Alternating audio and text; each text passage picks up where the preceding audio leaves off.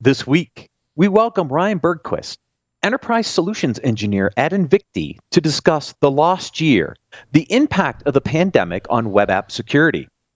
In the Leadership and Communication section, 6 ways to spur cybersecurity board engagement, 5 key qualities of successful CISOs and how to develop them, 4 actions transformational leaders take, and more. Business Security Weekly starts now. This is Security Weekly, for security professionals, by security professionals. Broadcasting live from G-Unit Studios in Rhode Island, it's the show where we explore the business of security to improve the security of business. Your trusted source for actionable insights on leadership, communication, and innovation. Get ready for Business Security Weekly. Stopping advanced threats requires knowing exactly what you're up against. ExtraHop Reveal X is the only solution that shows you not just where intruders are going, but where they've been. 90-day look back and complete network visibility across the data center, cloud, and device edge helps security teams respond 84% faster with ExtraHop Reveal X network detection and response. Explore the interactive demo at securityweekly.com/extrahop. Media Ops presents DevOps Connect, May 19th at RSA Conference. Christopher Krebs, former director of the U.S. Cybersecurity and Infrastructure Security Agency, will keynote in a live fireside chat with host Alan Schimmel, which will also include Q&A with the audience. Besides an exciting keynote, you can also attend 30 other sessions featuring a powerhouse lineup of DevSecOps experts. Sign up for this free event now. Welcome to Business Security Weekly. This is episode number 216, recorded May 10th, 2021.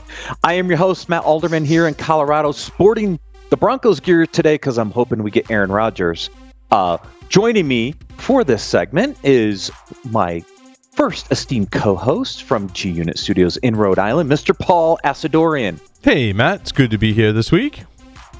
Trying to get a quarterback because my Broncos just did not do well in the draft, in my opinion. Others might disagree, but if we get Rodgers, it makes the entire draft so much better. I've kind of stopped paying attention to football for a while. Oh, I'm sorry. Yeah, it's that whole Patriots thing. I'm so sorry. I'm working my way back up to it. And sitting in for Jason Albuquerque for the second week, Jason's got some exciting news, I think, to share with us next week. I'm not going to share it in advance. I want him to be able to tell us. So Adrian Sanabria is sitting in for Mr. Albuquerque today. Welcome, Adrian. Yeah, thanks. I'm going to go ahead and use a baseball analogy. I'm the pinch hitter, even though you've been talking about football. Best of luck though with the draft there. Yeah, well, I'm hoping we can get Rodgers in this trade. It'll be like when we did the little trade with the Colts when we got Peyton Manning. We might get a few years out of him and maybe another Super Bowl somewhere along the way. We'll see. Security Weekly listeners can save $100 on their RSA Conference 2021 All Access Pass. RSA Conference will be a fully virtual experience next week from May 17th to the 20th. Security Weekly will be live streaming Monday through Thursday in Virtual Broadcast Alley, interviewing some of the top sponsors and speakers for the event. To register using our discount code, please visit securityweekly.com/RSAC 2021 and use our code 5U1Cyber. Hope to see you all there. Also, do you have a specific guest or topic that you want us to cover on one of the shows? Submit your suggestions for guests by visiting securityweekly.com/guests and completing the form. We review them monthly and will reach out to you once reviewed. This segment is sponsored by NetSparker by Invicti. To learn more, please visit securityweekly.com/NetSparker. Part of the solutions engineering team at Invicti, Ryan graduated in information systems and security, as well as computer forensics and security. Ryan has been working in the cybersecurity industry for 4 years through various roles in security engineering and product management. He is passionate about cybersecurity and teaching in general. Ryan, welcome to Business Security Weekly. Appreciate it. Thank you so much. It's great to be here, and yeah, it's good to talk about vulnerabilities, especially within this last year we've had. Yeah, it is. Before we get into that, though, I want to level set the Invicti brand with NetSparker and Acunetix because a lot of people will know the NetSparker brand. They've been a longtime sponsor on the shows. Invicti now is the parent company, right? And NetSparker and Acunetix are the two products under the Invicti brand? You got it. So the combination of the two best web application DAS scanners on the market. So we have Acunetix and NetSparker. So we're taking all of our experience, our lessons we've learned, and the innovations, and we put them all under one roof. And it really turns us into the global leader in web app security as we've been doing it for more than 15 years. And it also helps that we help organizations of all sizes, industries, help industries to scale and really work with every security operations team out there. Right. And because you have these great capabilities, you go out and you scan the internet for web application vulnerabilities. And in this case, you guys decided to publish a research report on the trends over the past few years. And really the kind of the change from 2020 or 2019 to 2020 when we thought about kind of this lost year with the pandemic. So give us the premise and kind of the background for this research report. Yeah, definitely. So the report itself has been coming out for years and years, and seeing the results that have actually been decreasing over the last 3 years from 2016 to 2019, and how scanners and best practices are being implemented in all these websites that are coming up, right? And it's really interesting to see, because of the pandemic, the differences that have actually occurred in that decreasing statistic. Right. And so it looks like you guys scanned roughly 3,500 websites, kind of across a broad range of not only company locations, but company size. Exactly. As a whole, right, we're scanning from your, really low level, small and medium sized organizations to your biggest enterprise, Fortune 100 companies that are out there, right? So we have, in the way vulnerabilities don't change, and you'll see them in all levels of organizations. And that's what you're seeing here in these reports. Right. Yeah, exactly right. So let's get into, I thought, here's some interesting things I pulled out of this, right? I'm going through the report. And what I thought was interesting is we actually saw an uptick last year in high severity vulnerabilities, right? Where the trend previous years has been slowly coming down. Like, as you kind of look at the scan results, we were seeing fewer critical vulnerabilities in these scans. But last year we saw a little tick up, and is that because we were so kind of focused on moving employees from on-premise to remote? Did we forget about something? Were there just more high severity vulnerabilities last year? I mean, why did we see this change in the trend? Definitely. I mean, it really is interesting to that point, because it does go, you'll see from 2016 to 2019, the decrease in about 5% each year over year. And then this year, that uptick. And as you mentioned, why is that uptick? And what we've noticed is that, the pandemic really changed the game for organizations. It really shows that the focus shifted away from web app security.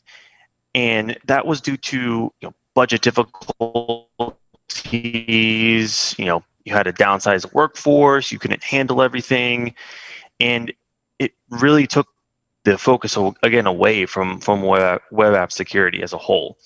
So it's maybe hiring new people, and the best practices then from there has changed a little bit. Yeah, and if we're more worried about getting people just set up at home or maybe not as busy scanning. The other thing I'm starting to, as I dig into this report, I mean, remote code execution up 1%, WordPress vulnerabilities up 1%, JavaScript up 4%, I think WordPress 2% vulnerability, JavaScript up 4%. I mean, these are common. Well, first, remote code execution is an interesting one because that creates a really interesting entry path into the organization. The other two are just some common libraries that we see a lot of usage of, and therefore more uptick in vulnerabilities there definitely are a little concerning.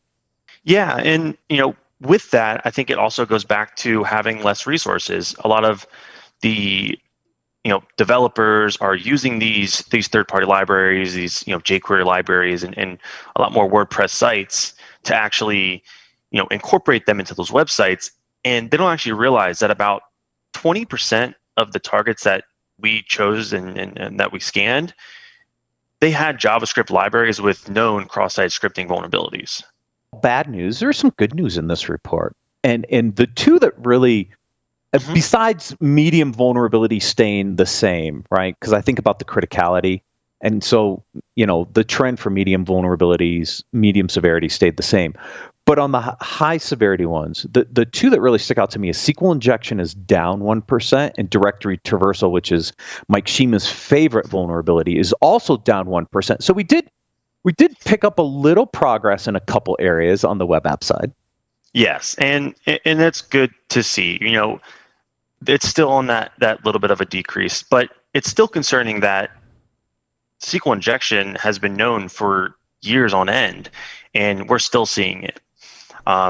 It just seems to be the favorite when it comes to attackers using vulnerabilities, and teaching and figuring out best practices to prevent those, whether that's in bad web apps or just bad best practices that we're showing in that way. Right. Yeah. So, I mean, when you think about this report and you think about the state of where we are, I mean, we're starting to reopen in areas. We know we're going to move into some sort of probably hybrid work environment. Where do practitioners need to focus going forward, knowing that we lost a little bit of traction in some areas in 2020? So how do we get back on track?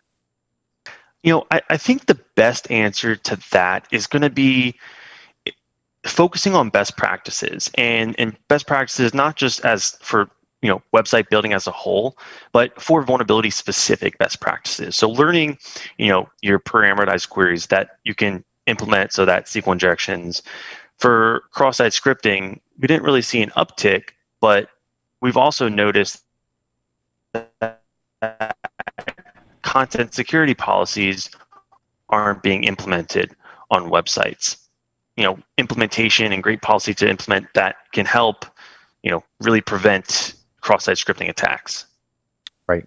Yeah, agreed.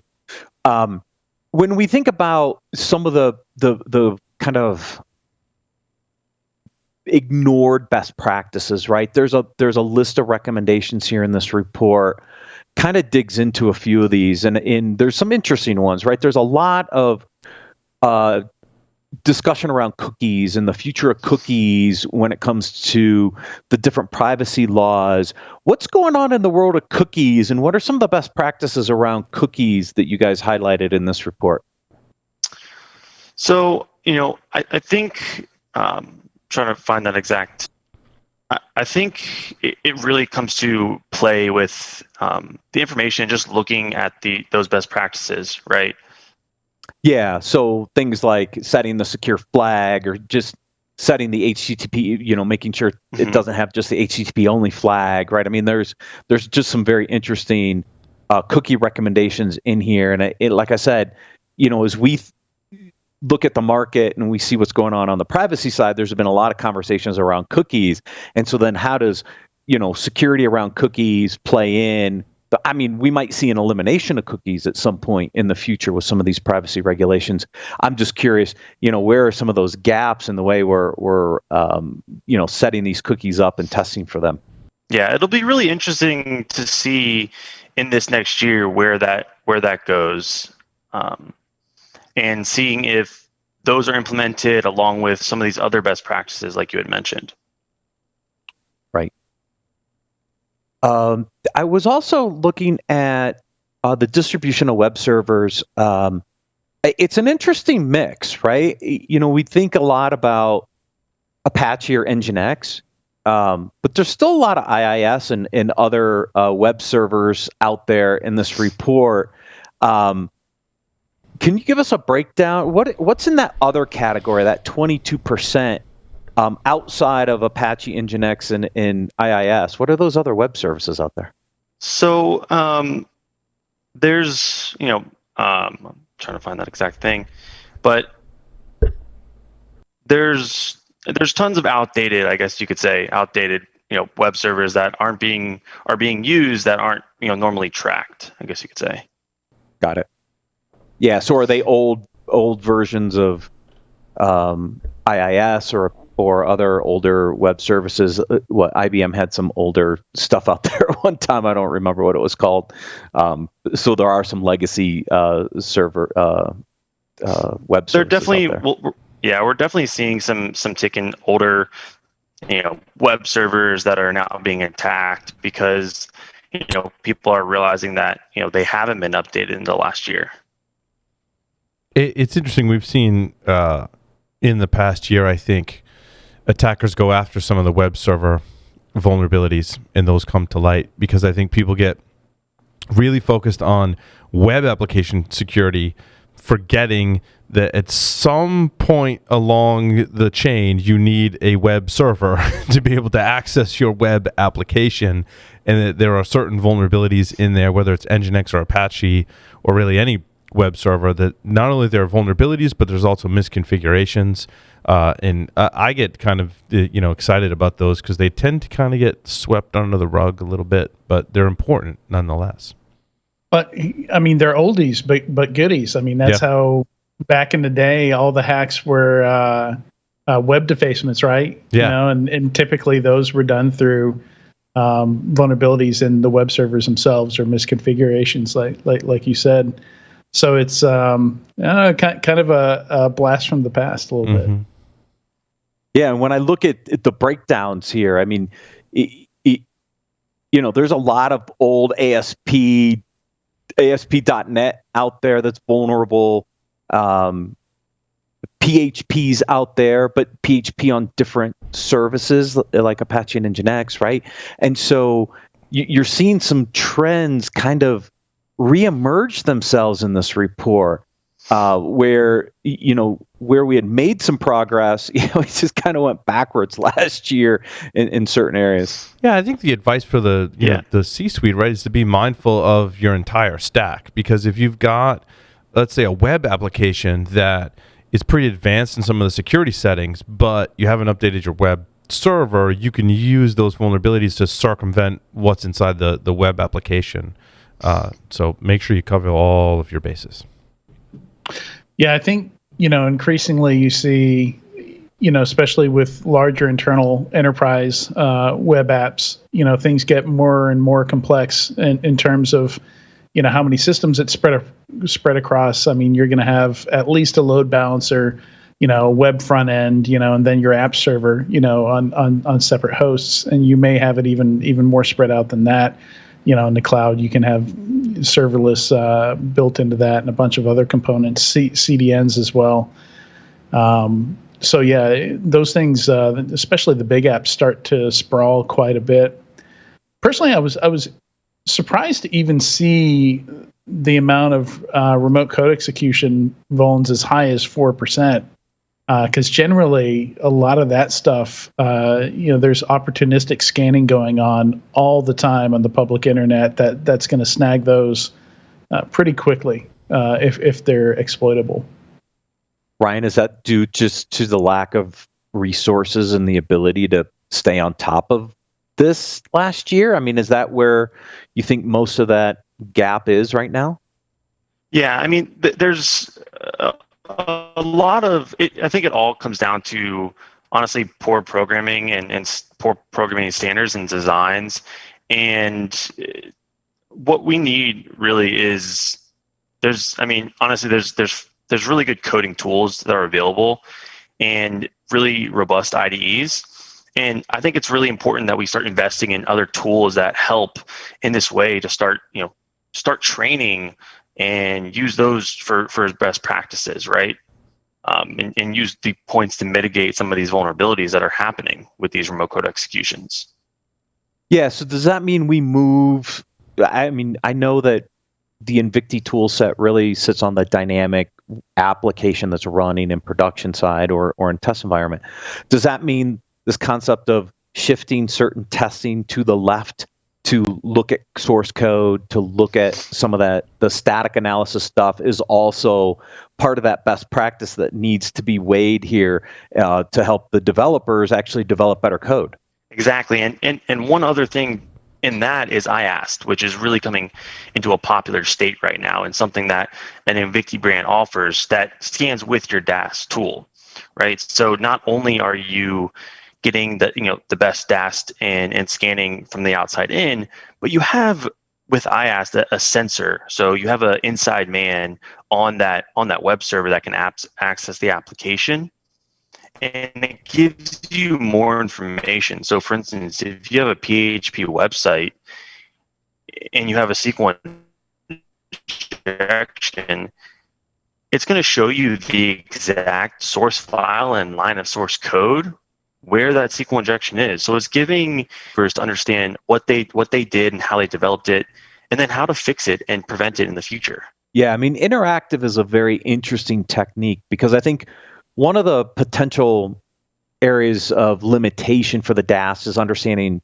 kind of some of the business logic and some of the things inside, like where did that fire, right? And when you bring in that interactive component and pair that with your dynamic scanning, you have a better understanding of what the application was supposed to do, or at least you hope you knew what it was supposed to do. That gives you a little more contextual information to understand that actual vulnerability. Exactly. And I mean, giving the developers the exact location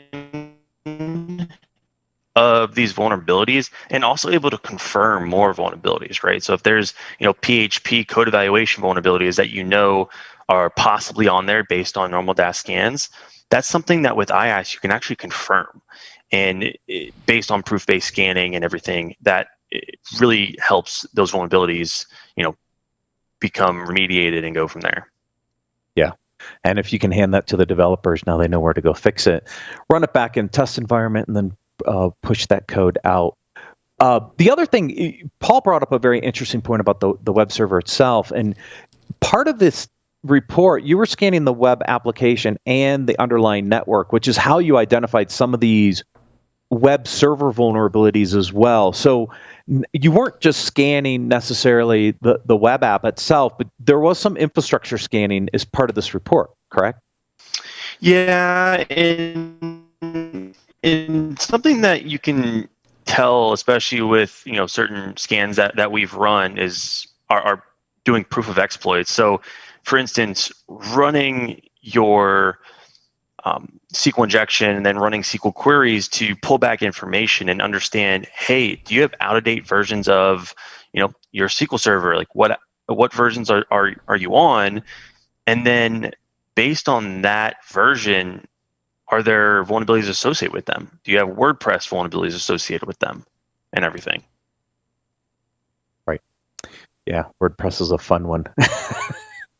I leave that one to Paul. Ryan, if you were to make a one recommendation for the audience, where should they spend the time? How do they improve overall web app security?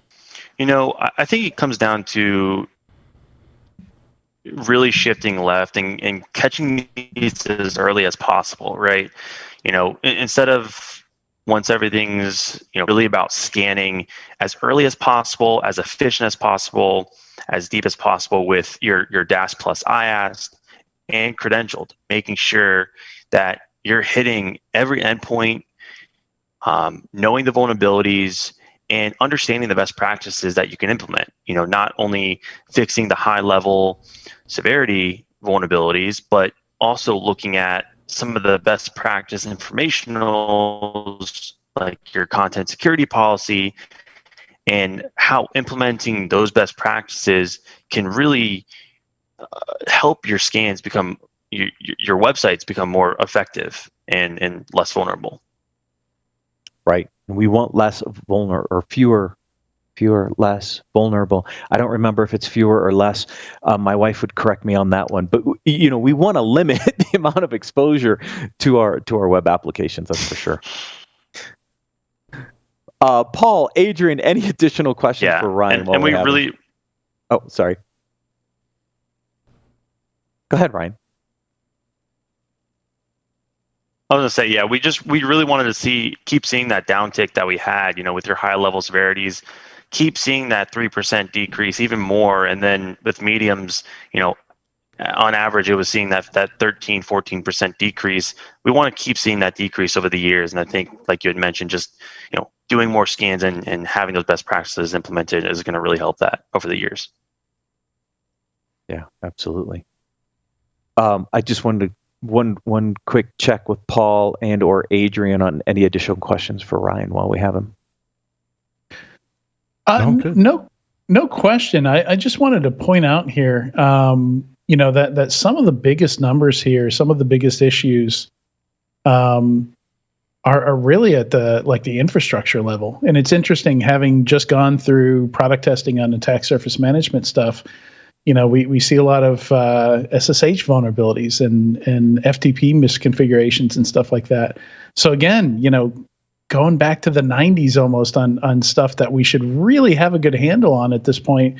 But I think sometimes we get so focused at the code level, and absolutely we should be knocking out all the SQL injection stuff before it even goes to production. But we can't forget about the old basics and stuff like that. I mean, we still see breaches where somebody had anonymous on an FTP server and all the patient records were on that FTP server. And what was old is new again, right, Adrian? Yeah. I mean, that stuff is still there. I mean, do we really need to expose SSH to the public internet in 2021? There's ways to get into those servers without having to publish SSH. Exactly. Ryan, thank you so much for joining us on Business Security Weekly. Of course. Thanks, everyone, and keep your app safe. Have a good one. Yes. To learn more about Invicti, NetSparker, or Acunetix, or to download a copy of the report, please visit securityweekly.com/NetSparker. We're going to take a quick break and then cover the leadership and communications articles for this week.